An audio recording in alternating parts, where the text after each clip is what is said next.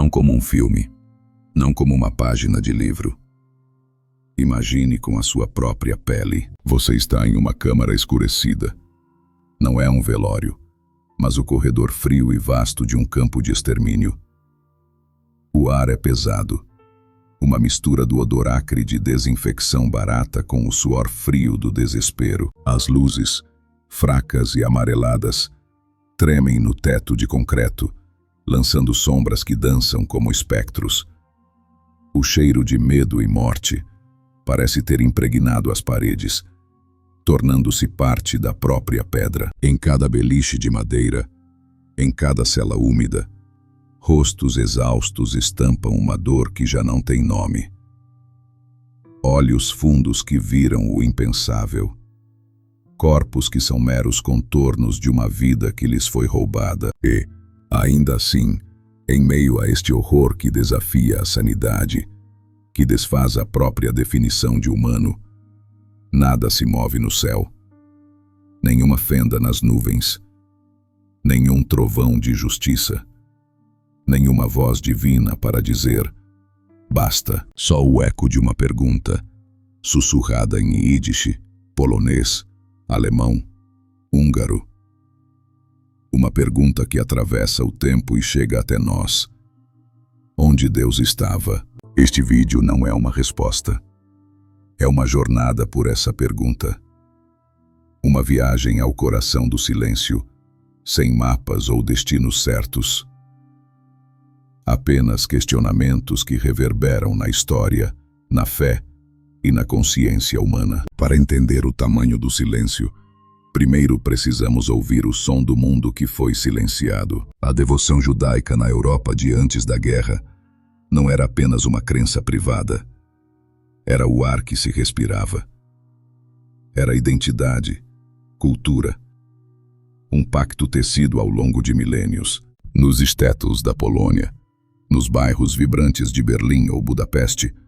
A vida era marcada por um ritmo sagrado. As sinagogas não eram apenas prédios, eram o coração da comunidade, onde se debatia o Talmud com a mesma paixão com que se negociava no mercado.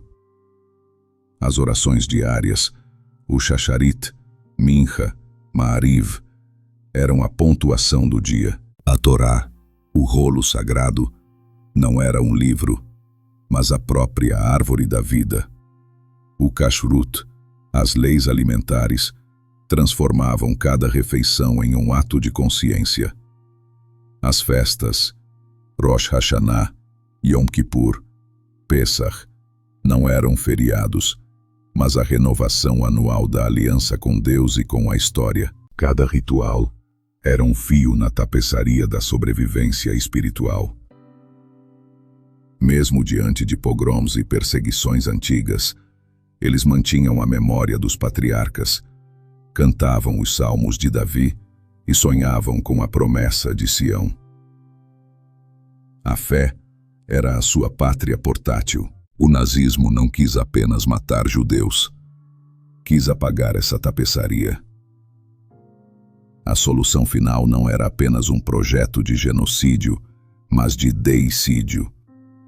A tentativa de matar o Deus de um povo, erradicando sua presença no mundo. Quando os decretos vieram, a humilhação pública, a estrela amarela costurada no peito, a fé foi testada.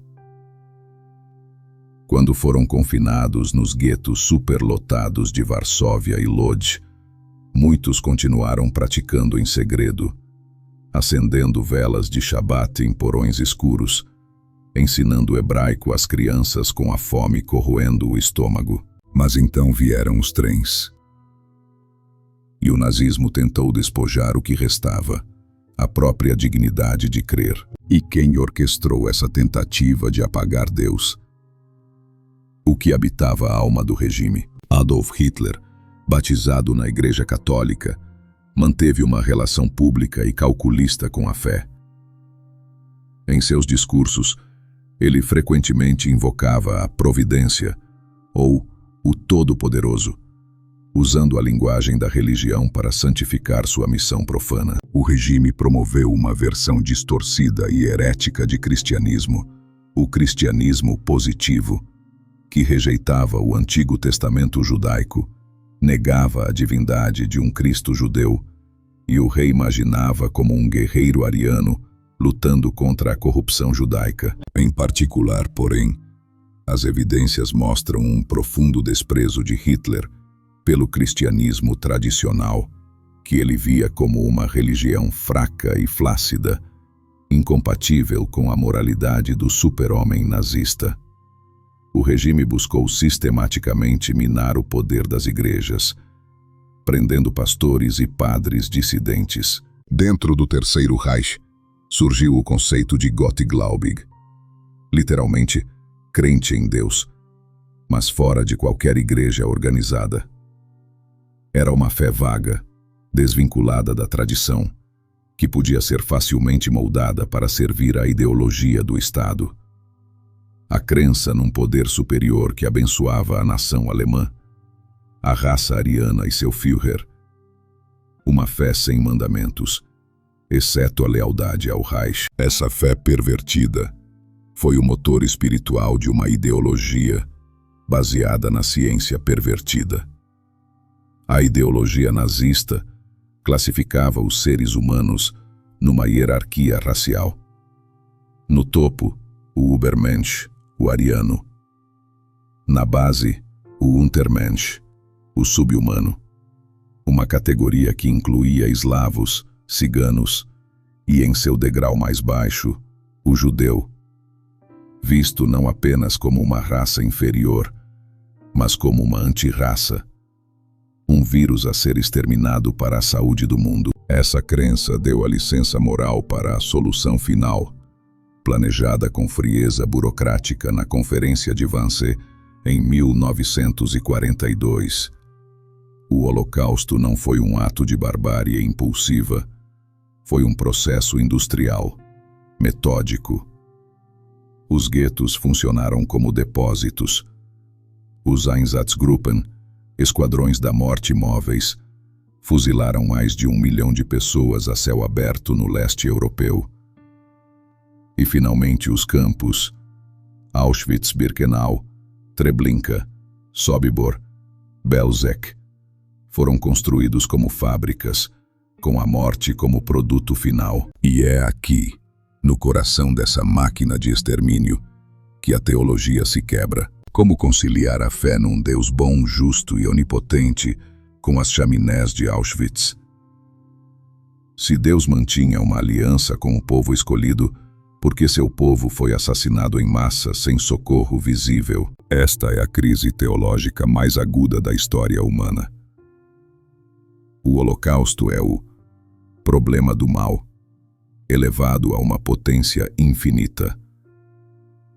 Não o mal que pode ser explicado como um teste ou uma punição, mas o mal radical, absoluto, que parece esvaziar o universo de qualquer sentido ou propósito divino. Dentro do judaísmo, a ferida foi tão profunda que deu origem a novas e dolorosas escolas de pensamento, a teologia do Holocausto. Richard Rubinstein, um rabino e teólogo, chegou à conclusão mais radical.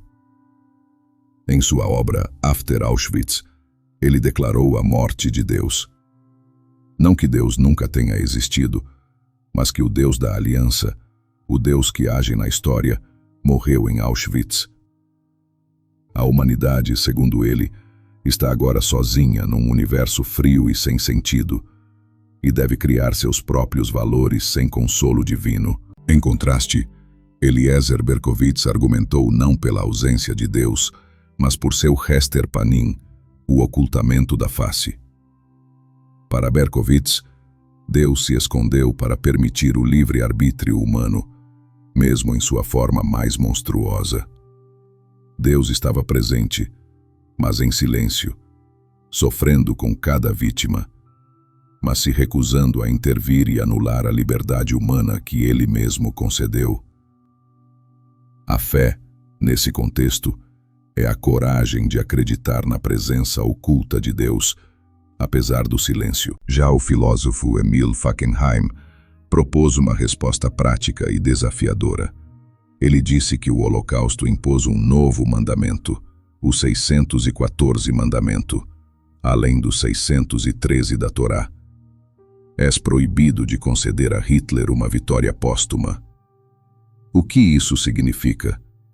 Significa que os judeus têm o dever sagrado de sobreviver como judeus, de celebrar a vida, de criar filhos judeus, de não abandonar Deus, pois isso seria permitir que o plano de Hitler de apagar o povo e o Deus de Israel tivesse sucesso. Do lado cristão, teólogos como Dietrich Bonhoeffer, ele mesmo executado pelos nazistas, escreveram sobre um Deus que sofre. Um Deus que não está no poder, no trovão, mas na fraqueza, na solidariedade com os que sofrem. Um Deus que estava presente em Auschwitz, não como um Salvador todo-poderoso, mas como um companheiro crucificado, sofrendo ao lado de cada vítima. O silêncio de Deus, então, talvez não signifique ausência. Talvez seja um convite para a profundidade de uma fé que sobrevive, não pela certeza, mas pela resistência do questionamento. Mas a teologia é abstrata. A dor é real. Vamos ouvir as vozes daqueles que estiveram lá. Elie Wiesel, que sobreviveu a Auschwitz e Buchenwald, narra em seu livro A Noite a cena mais devastadora. Ele testemunha o enforcamento de uma criança. Alguém atrás dele pergunta: onde está Deus? E Wiesel ouve uma voz dentro de si responder: ele está aqui. Está pendurado aqui, nesta forca. Para Wiesel, a fé e Deus morreram naquele momento, para renascerem mais tarde como uma pergunta eterna. Primo Levi, o químico italiano, oferece um olhar analítico e cortante sobre a desumanização. Ele não fala tanto de Deus, mas da morte do homem. Ele conta como, ao tentar pegar um pedaço de gelo para matar a sede, um guarda o arrancou de sua mão. Quando Levi perguntou: por quê? O guarda respondeu com duas palavras que resumem o universo do campo: Hier ist kein Warum. Aqui não há porquê. Em um lugar onde a lógica, a razão e a humanidade foram abolidas, como a fé poderia sobreviver? E ainda assim, sobreviveu. Viktor Frankl, psiquiatra e sobrevivente, desenvolveu sua logoterapia nas profundezas do horror. Ele observou que aqueles que tinham um porquê para viver, a esperança de rever um ente querido, um trabalho a terminar, tinham mais chances de sobreviver. Frankl escreveu: tudo pode ser tirado de um homem, exceto uma coisa: a última das liberdades humanas. Escolher sua atitude em qualquer conjunto de circunstâncias. Para muitos, essa atitude foi a fé. Há relatos de judeus que, a caminho das câmaras de gás, cantavam o Anima Amin. Eu acredito com fé perfeita na vinda do Messias. Outros rezavam o Shema Israel. Ouve, ó Israel, o Senhor é nosso Deus, o Senhor é um, até o último suspiro. E há relatos daqueles que, após sobreviverem, nunca mais conseguiram pronunciar o nome de Deus. Etty Hillesum, em seus diários de Westerbork, antes de ser enviada para Auschwitz, escreveu algo espantoso. Eu não vou te cobrar satisfações, Deus. Eu vou tentar ajudar a ti, para que não sejas aniquilado dentro de mim. Uma fé que não pede proteção, mas que se oferece para proteger o sagrado dentro do caos. Se você chegou até aqui, se está sentindo o peso e a profundidade desta jornada, escreva nos comentários a frase: o silêncio fala mais que o poder. Assim saberemos juntos que não estamos apenas ouvindo, mas sentindo essa pergunta universal. Aqui chegamos ao ponto de virada. O Holocausto nos força a escolher entre dois caminhos de fé, ou talvez, de existência. O primeiro caminho é o da fé ferida. É o caminho que diz: Deus estava lá, invisível, silencioso, mas presente. Presente na mão que dividiu um pedaço de pão mofado. Presente na canção de ninar sussurrada em um beliche superlotado. Presente no ato de coragem de quem se recusou a se tornar um animal. Neste caminho, o silêncio de Deus não é abandono, mas um espaço terrível onde a bondade e a maldade humanas se revelaram em sua forma mais pura. A fé que emerge daqui não é confortável. É uma fé cheia de cicatrizes, que aprendeu a amar a Deus não apesar do sofrimento, mas através dele. O segundo caminho é o do vazio e da responsabilidade humana. É o caminho que diz: Deus não interveio. Seja por ausência, impotência ou auto-ocultamento, o resultado é o mesmo. A humanidade foi deixada por sua própria conta. O céu ficou mudo. Neste caminho, se há algum sentido a ser encontrado, ele não virá de cima. Ele deve ser construído aqui, por nós. O silêncio do céu se torna um chamado ensurdecedor à nossa própria responsabilidade. A memória dos 6 milhões se torna o nosso mandamento. A justiça, a compaixão, a vigilância contra o ódio, essas não são virtudes divinas, são tarefas humanas urgentes. Cada estrada leva a uma forma distinta de ver o mundo. Uma fé que suporta a dor, ou uma humanidade que assume o leme na ausência de um piloto. Talvez os dois caminhos não sejam tão distantes. E agora, depois desta caminhada dolorosa pela noite da história, voltamos à pergunta: onde Deus estava no Holocausto? A pergunta paira no ar, mais pesada do que quando começamos. O silêncio de Deus não é um vácuo.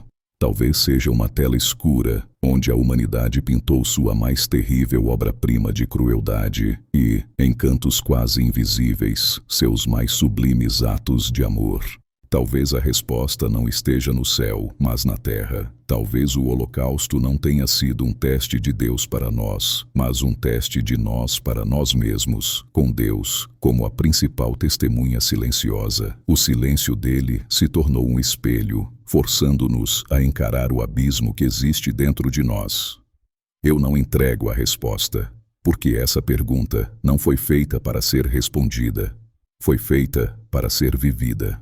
Ela ecoa na promessa nunca mais. Ela pulsa no nosso compromisso com a memória, para que cada vítima não seja reduzida a um número, a cinza, mas permaneça um nome, uma história, uma alma. Ela nos convoca a uma fé, ou a uma ética, que se recusa a ser indiferente. O judaísmo tem um conceito: Tikkun Olam, reparar o mundo. Talvez depois do Holocausto, essa não seja apenas uma boa ação, mas a única tarefa que importa. Reparar um mundo tão quebrado, tão profanado. Juntar os cacos. E você? Quando você olhar para o céu noturno, o que o silêncio das estrelas vai lhe dizer? Ele vai acalmar sua alma ou vai gritar dentro de você? A pergunta final não é onde Deus estava naquele tempo. A pergunta é: onde está a nossa humanidade, a nossa divindade, agora? O que você escolhe acreditar? Que Deus estava mudo? Ou que depois de tanto barulho, de tanta dor, nós estamos finalmente aprendendo a ouvir o seu silêncio? E o que você fará com este silêncio?